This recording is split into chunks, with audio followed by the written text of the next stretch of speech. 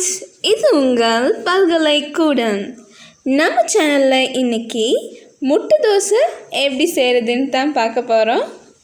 வீடியோக்குள்ளே போக முன்னாடி நம்ம சேனலை சப்ஸ்கிரைப் பண்ணாத வியூவர்ஸ் சப்ஸ்கிரைப் பண்ணிக்கோங்க. கூடவே பெல் ஐக்கனையும் கிளிக் பண்ணிக்கோங்க. நான் இன்றைக்கி 1/2 கப் உளுந்தும் 1 கப் அரிசியும் எடுத்து 2 ஹவர் மாதிரி ஊற வச்சு ஒரு திக்கான பதத்துக்கு கொஞ்சமாக நீர் சேர்த்து அரைச்சி வச்சுருக்கேன். இப்போ சிறிதளவு உப்பு சேர்த்துக்க போகிறேன். இப்போ இதை நல்லா மிக்ஸ் பண்ணி விட்டுருங்க. இப்போ இது கூட ஒரு 3 கப் கோதுமை மாவு சேர்த்து நல்லா பிசைஞ்சிக்கோங்க. இது நல்லா ஒரு தோசை பட்டலுக்கு நல்லா பிசைஞ்சிக்கோங்க. பாருங்கள், நாங்கள் மைதா மாவு சேர்த்து தோசை மாவை கரைச்சி வச்சுக்கிட்டோம். இப்போ நம்ம இதை 1/2 ஹவர் மூடி வச்சுக்கோங்க.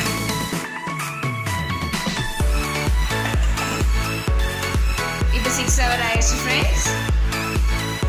நம்ம தோசை மாவு நல்லா ரெடி ஆயிடுச்சு. பாருங்கள், பபிள்ஸ் கூட வந்திருக்கு.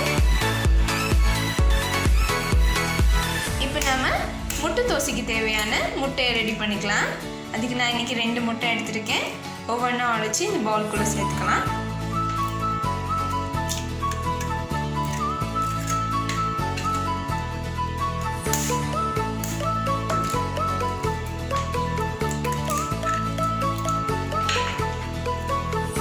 இப்போ தேவையான அளவு உப்பு சேர்த்துக்கோங்க.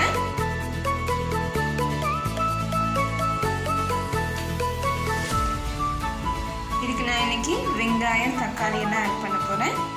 இப்போ வெங்காயத்தை உள்ள சேர்த்துக்கோங்க.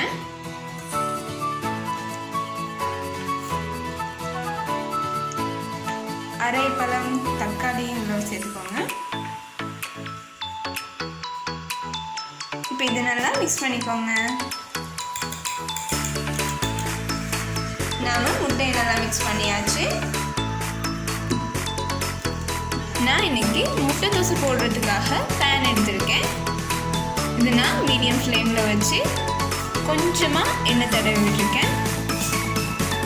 பேன் சூடாயிடுச்சு. இப்போ நாம் ஒரு கரண்டி தோசை மாவு எடுத்து இதுக்குள்ளே ஆட் பண்ணிக்கலாம்.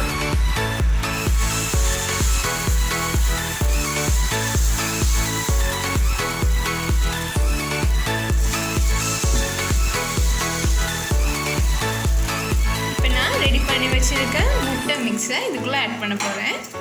தோசைக்கு மேலே போட்டுக்கோங்க.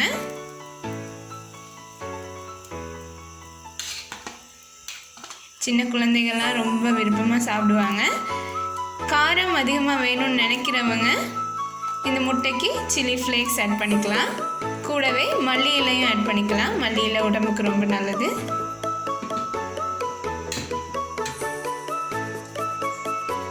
ஒரு பக்கம் நல்லா வெந்ததும் மற்ற பக்கம் திருப்பி போட்டுக்கோங்க.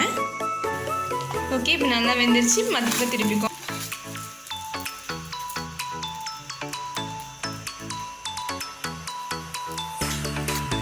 ஓகே, நம்ம முட்டை தோசை ரெடி. இப்போ நாம் இதை டிஷ் அவுட் பண்ணிக்கலாம். பாருங்கள், ப்ரௌனிஷாக இருக்குது. இதே மாதிரி மற்ற தோசைகளையும் நாம் சுட்டு எடுத்துக்கலாம்.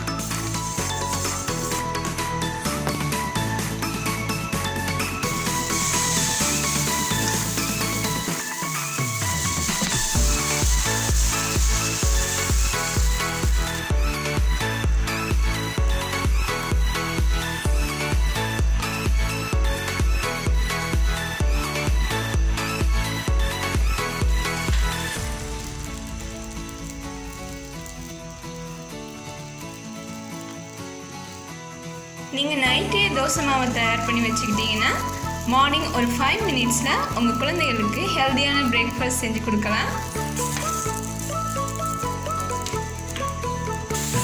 ஓகே, நம்ம முட்டை தோசை ரெடி ஆகிடுச்சு.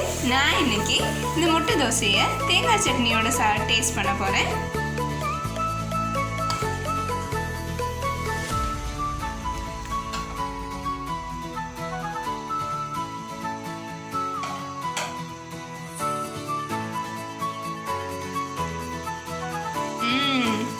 சுவையாக இருக்குது.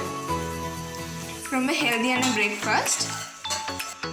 நீங்களும் உங்கள் வீட்டில் இதை மறக்காமல் ட்ரை பண்ணி பாருங்கள். நான் இன்னொரு வீடியோவில் தேங்காய் சட்னி எப்படி வீட்டிலே ஈஸியாக டேஸ்டியாக செய்கிறதுன்னு சொல்லித்தரேன். சேனலை இது வரைக்கும் சப்ஸ்கிரைப் பண்ணாதவங்க சப்ஸ்கிரைப் பண்ணிக்கோங்க. கூடவே பெல் ஐக்கனையும் கிளிக் பண்ணிக்கோங்க.